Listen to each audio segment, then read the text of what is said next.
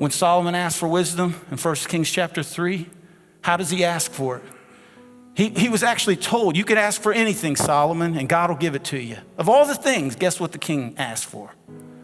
He says, give me understanding and discernment so that I may govern your people. Is that not a heart like God's? His heart was not so can I get more and do more. It was so that he could govern God's people well. And guess what? He was given that.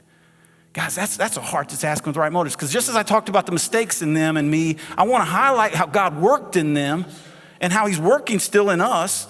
And then you've got David, a man after God's own heart. And when he listens to the voice of God, amazing thing happens that still speak to you and me today, right? When we're facing those giants and we're thinking about David. And then look at Jesus' example. In the garden, he's the perfect life lived in accordance with God's purpose. He's it's perfect wisdom applied to living. 24/7, all of his life. Impossible for you and me, but Jesus did it to be the perfect sacrifice once for all. I'm not just saying words up here, guys. That's the gospel.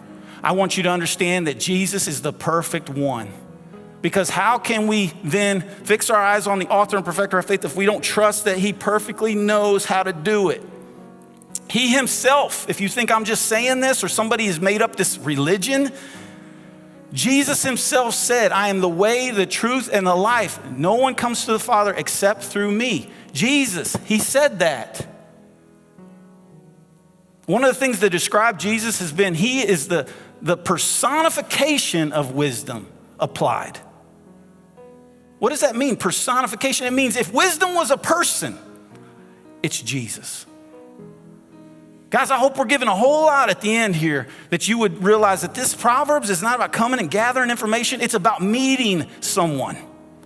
It's about developing a relationship with the perfect one, with your life and my life, who will lead us in the way everlasting. So Jesus perfectly models that for us, and I want to share he's in the garden and he's praying, God, not my will, but yours be done. Not my will, but yours be done.